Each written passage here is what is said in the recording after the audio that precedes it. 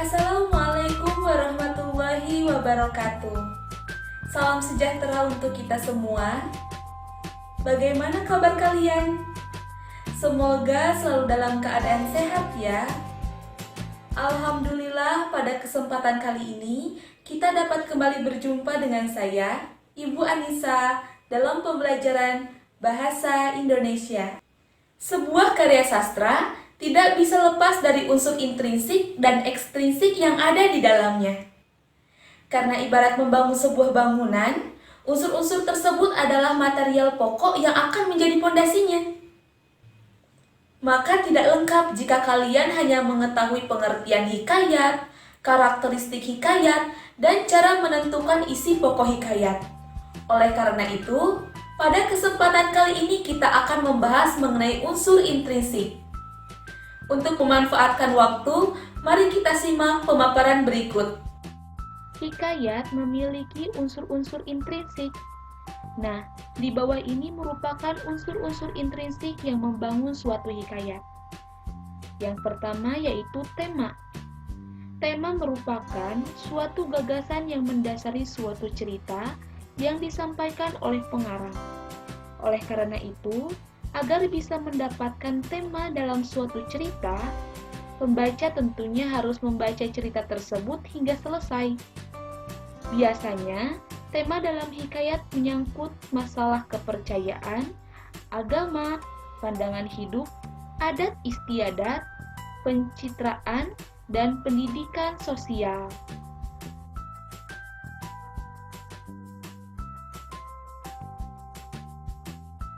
Kedua yaitu latar. Latar merupakan keterangan mengenai tempat, waktu, serta situasi atau suasana yang tergambar dalam suatu cerita. Latar terbagi menjadi 3 jenis. Yang pertama yaitu latar tempat. Latar tempat merupakan informasi pada cerita yang menjelaskan atau menunjukkan tempat cerita itu terjadi.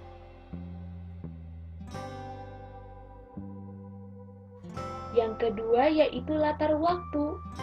Latar waktu merupakan saat terjadinya peristiwa dalam cerita.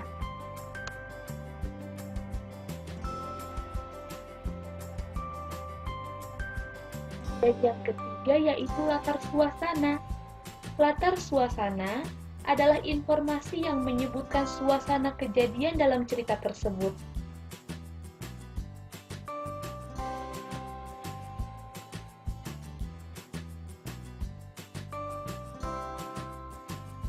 Selanjutnya ada alur. Alur merupakan runtutan kejadian pada sebuah cerita yang saling berkaitan karena adanya hubungan sebab akibat. Secara umum, alur dibagi menjadi 3 jenis, yaitu yang pertama ada alur maju. Alur maju merupakan jalan cerita dengan peristiwa yang ditampilkan secara bertahap, dimulai dari tahap awal, tahap tengah, sampai dengan tahap akhir.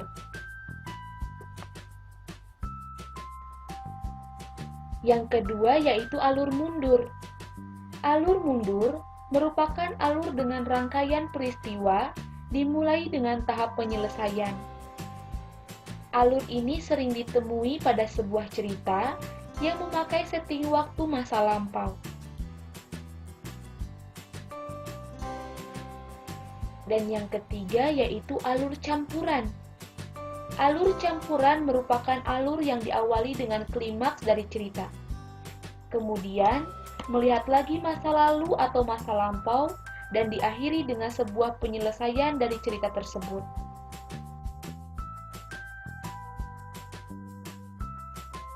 Selanjutnya yaitu ada tokoh dan penokohan. Tokoh adalah pelaku cerita. Tokoh pada suatu cerita dapat berupa hewan, tumbuhan, manusia, para dewa, dan lain-lain. Sedangkan penokohan merupakan cara pengarang dalam menampilkan watak dari tokoh-tokoh dalam cerita.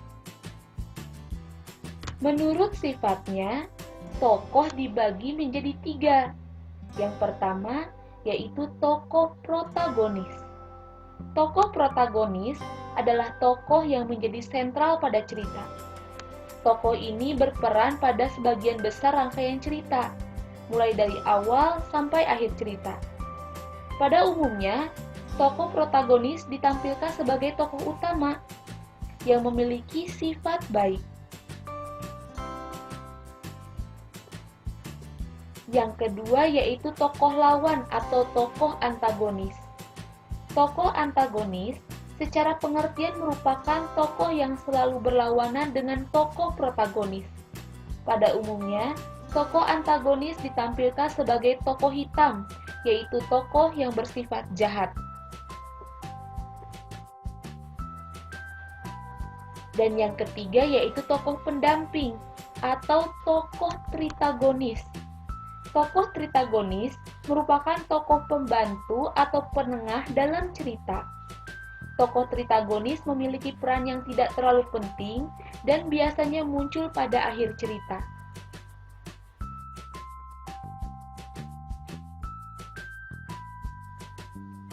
Selanjutnya yaitu ada sudut pandang. Sudut pandang merupakan bagaimana cara penulis menempatkan dirinya dalam suatu cerita. Atau dengan kata lain, dari sudut mana penulis memandang cerita tersebut. Sudut pandang memiliki peranan yang sangat penting terhadap kualitas dari suatu cerita. Sudut pandang secara umum dibagi menjadi dua. Yang pertama, sudut pandang orang pertama, yaitu penulis berperan sebagai pelaku dalam cerita yang dibuatnya. Ciri dari sudut pandang orang pertama yaitu adanya penggunaan kata aku atau saya pada tokoh utama. Misalnya, aku masih mencerna. Apa maksud dari ucapannya tadi? Apakah dia sudah tak mengingatku lagi? Yang kedua yaitu sudut pandang orang ketiga. Pada sudut pandang ini, penulis tak terlibat dalam cerita. Penulis hanya berperan sebagai orang yang benar-benar menceritakan isi cerita. Ciri dari sudut pandang orang ketiga ini yaitu penulis menjelaskan para tokoh yang ada dalam cerita dengan menyebutkan nama tokoh atau kata orang ketiga, yaitu ia, dia, ataupun mereka. Misalnya, Mila masih termenung di bangku taman itu. Hatinya merasa tertusuk oleh ucapan lelaki itu. Sebegitu kecilkah aku di matamu? Gerutunya dalam hati. Dan yang terakhir yaitu gaya bahasa. Gaya bahasa adalah cara pengarang dalam menyajikan suatu cerita. Gaya bahasa dalam hikayat menggunakan bahasa klasik. Ciri bahasa yang dominan dalam hikayat adalah banyak menggunakan konjungsi pada setiap awal kalimat dan menggunakan kata arkais. Meskipun bahasa dalam hikayat adalah bahasa Indonesia yang berasal dari bahasa Melayu, tidak semua kata dalam hikayat dapat dijumpai dalam bahasa Indonesia saat ini. Nah, kata-kata yang sudah jarang dijumpai tersebut disebut kata arkais. Contoh kata arkais seperti kata hatta yang memiliki arti lalu atau maka, lalu ada kata mencahari yang memiliki arti mencari, lalu ada kata sahaja yang memiliki arti saja, lalu ada kata hulu balang yang memiliki arti prajurit, dan masih banyak kata arkais yang lainnya.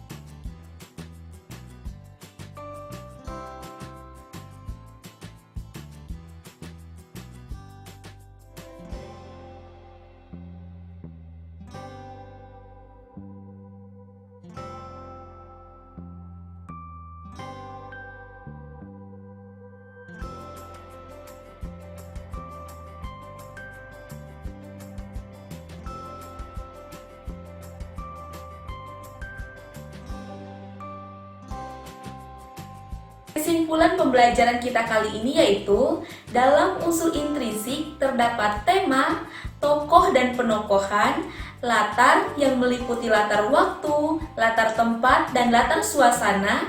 Kemudian ada sudut pandang yang meliputi sudut pandang orang pertama dan sudut pandang orang ketiga. Lalu ada alur yang meliputi alur maju, alur mundur, dan alur campuran. Dan ada gaya bahasa. Sekian video pembelajaran kita kali ini. Sampai bertemu di pertemuan selanjutnya. Terima kasih, tetap jaga kesehatan, tetap semangat, dan sampai jumpa. Wassalamualaikum warahmatullahi wabarakatuh.